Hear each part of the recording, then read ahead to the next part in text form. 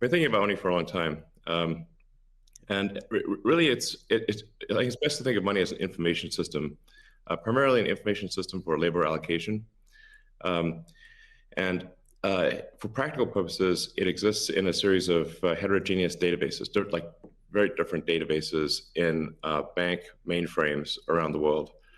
It moves quite slowly in reality. It may seem to move fast sometimes, and it does with PayPal, which is real time. But the vast majority of the systems out there are batch processing. So the actual reconciliation may take 1 to 5 business days, sometimes longer. And you have the ACH system, which is ancient and still in operation, which is allows transfers effectively like a check would be an ACH transfer, but it's not secure.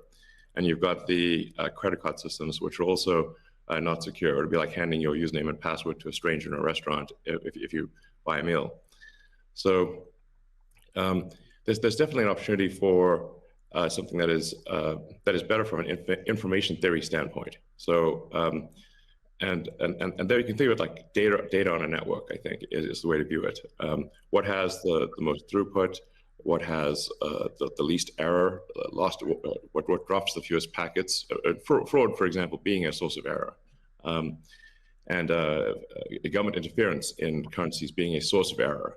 But it's fundamentally an information system. So I think it makes sense to support something that improves the quality of information with which we conduct the economy. And Bitcoin is a candidate for that. It does, I think, some things well, and it's obviously it's evolving, and there are additional things like Lightning being done on top of Bitcoin.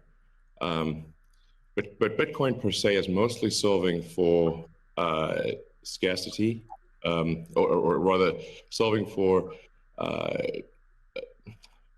essentially having no throat to choke, decentralized.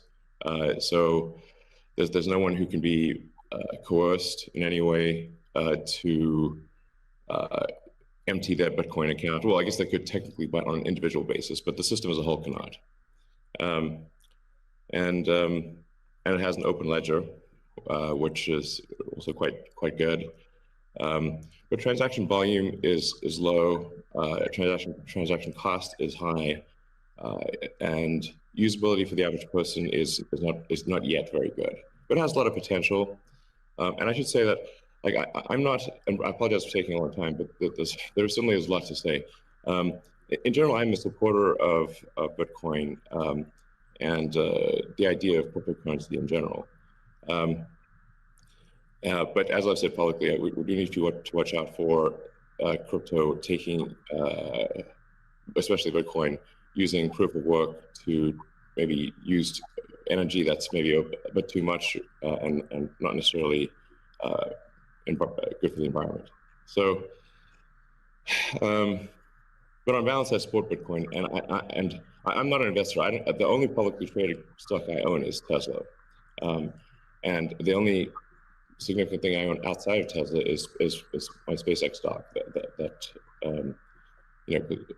helped create both companies. So, but apart from that, I do own Bitcoin, and Tesla owns Bitcoin, SpaceX owns Bitcoin, and I do personally own a bit of Ethereum and Dogecoin, of course.